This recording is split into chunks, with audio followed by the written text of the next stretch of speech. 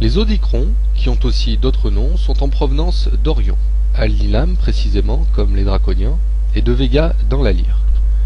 Vous avez encore une correspondance indirecte ici entre le nom de ces entités et Orion. Le mot Orion est totalement inclus dans Audicron. Il y a trois races principales.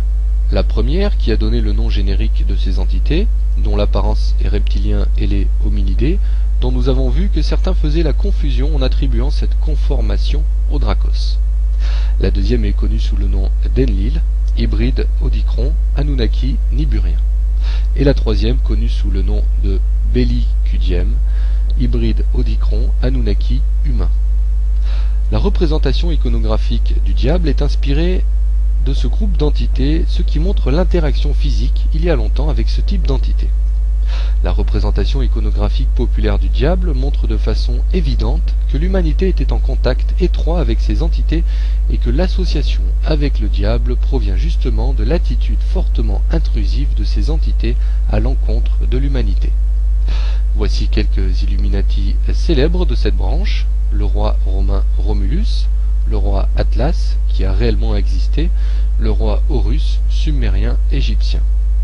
Ils ont principalement infiltré l'Égypte, l'Amérique centrale, certaines tribus indiennes d'Amérique, d'où chez certaines une propension à la guerre, le Mexique, Hawaï et les îles polynésiennes, l'Afrique du Sud, pas le pays mais le sud du continent, l'Italie, la Grèce, l'Angleterre et l'Allemagne.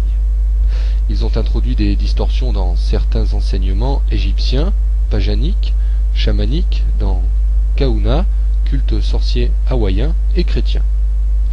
Les cultes du crocodile et les cultes du faucon égyptien, le vaudou malaisien et Lord Maitreya sont liés à ces entités. Voici une image qui est très ressemblante, c'est pour faire réaliser qu'il s'agit vraiment de créatures biologiques réelles, pas des images symboliques, et que l'interaction physique avec l'humanité, il y a longtemps, est restée dans la mémoire collective.